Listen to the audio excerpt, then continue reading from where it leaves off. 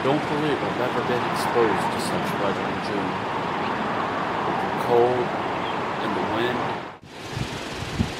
but we got some much needed rain. The vernal pool is filling back up.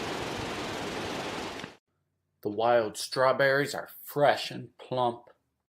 The trees are doing well, but we had to trim back some of the weeds. And we're in the process of making additions to the flower gardens. However, one of the creeks is still relatively dry. I can only conclude that the flow is being obstructed somewhere upstream.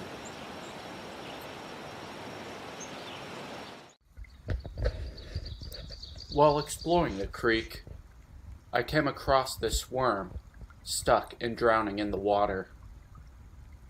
It caused me a moral dilemma. Should I bring the worm out and put it onto dry land, or let nature take its course? The stream at the far end of the valley trail is roaring, and in it are these exoskeletons from stonefly larvae. This is typical habitat for stonefly larvae.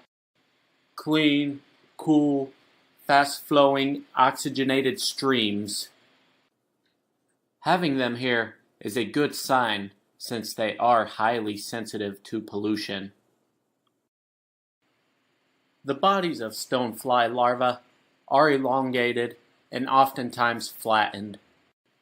Some distinguishing characteristics include two antennae that are several times larger than the head, two hair-like tails, gills in between where the legs attach to the body, and two claws at the tip of each leg, which are used for clinging to rocks. It looks as if there are at least two different species of stonefly found here. Craneflies are also found in this stream.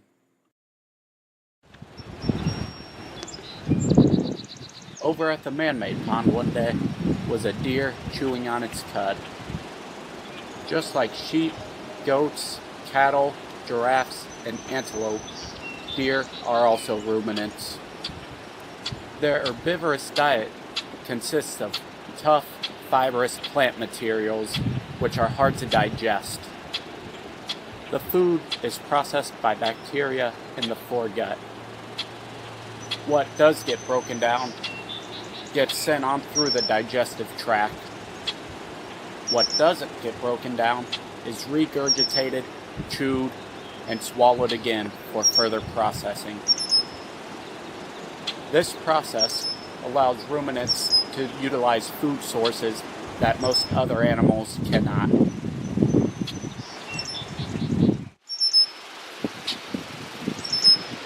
On the water surface of the pond are two distinct colonies of whirligig beetles.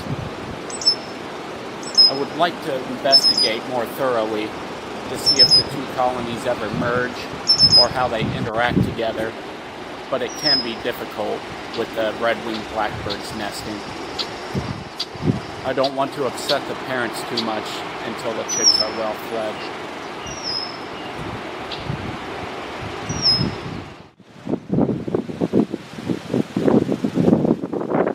Six spotted tiger beetles have been mating around the sanctuary. They will lay their eggs in the ground. When they hatch, the larvae will resemble caterpillars, but with hooked jaws, in which they will use to prey upon other insects. They will not metamorph into adults until the following summer.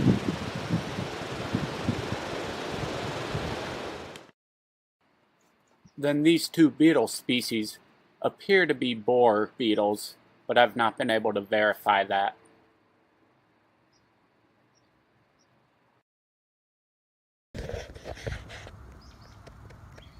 These insect eggs on this ash sapling we are hoping are not the emerald ash borer, which has come as close to us as Onondaga County. Unfortunately, its arrival seems as if it may be inevitable.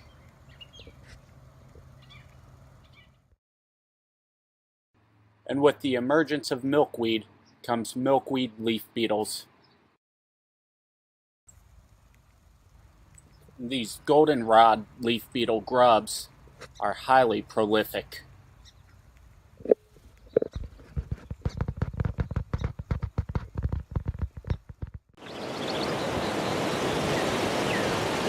When it's warm enough, the bumblebees are still active.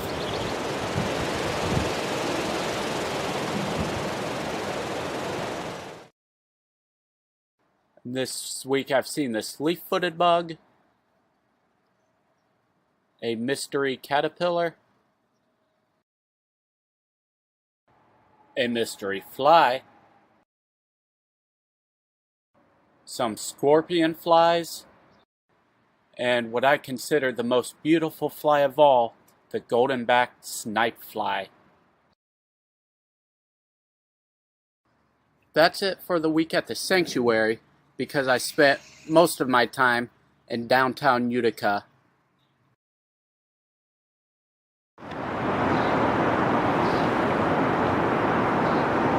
I think most people try to separate man-made structures in cities from nature, but I believe it's one and the same. The urban canyon here is one ecosystem that is teeming with life.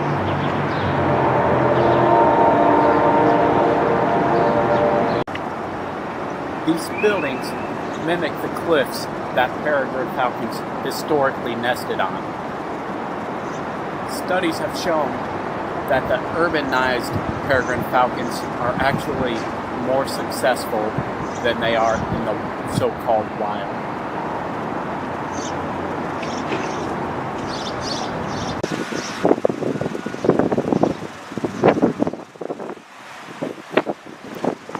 For eons, environments, ecosystems, and wildlife have been evolving together. It's inevitable that humans will understand this eventually. The sooner we recognize this, the sooner we can work with it and coexist peacefully for a better present. It is my firm belief that being stricken with awe leads to a higher quality of life. Right now, Grayson's in the box. But enough romanticizing. As the adults are busy being apex predators, Nice winds come the up and he chicks are gets his busy wings out. flapping their wings to prepare their muscles for flight.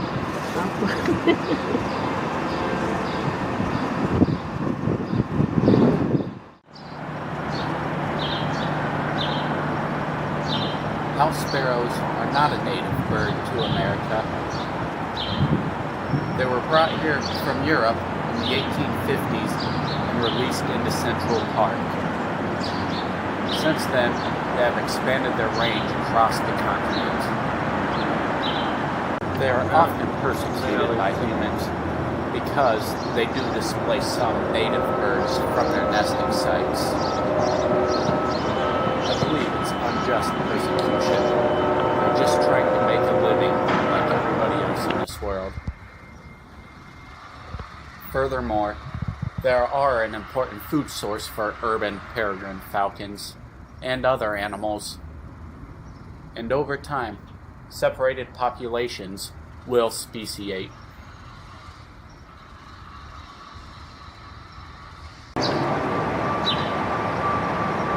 These are freshly fledged house sparrows, huddling together to keep warm on this cool, windy day.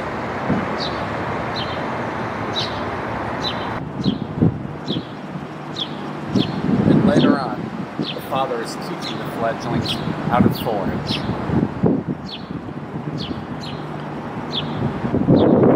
I haven't seen the mother, so I suspect she is back on the nest, sitting on another brood.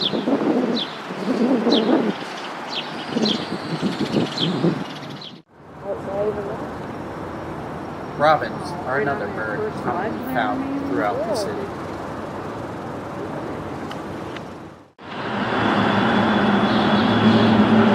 This squirrel,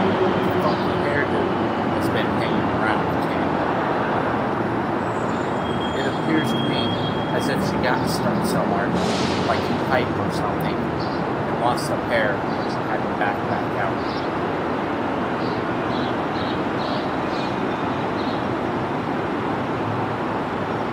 As hard as people try to keep weeds out, some are just too resilient, such as these box elders that grew through the concrete. Many of these plants are exactly the plants we have on the sanctuary as well, such as this chicory and these dandelions and this beautiful ruffed fruit cinquefoil.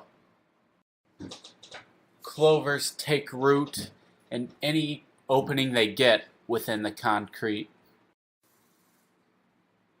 Here are common fleabanes, Queen Anne's lace, and 3 different vine species growing up this wall. Milkweed is abundant, and even milkweed bugs on this honey locust sapling.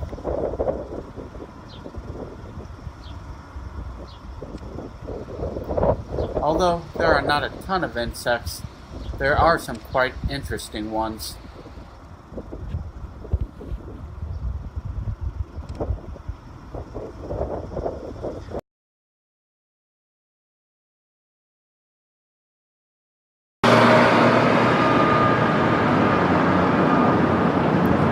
Especially this orthoptera that blends right into the concrete.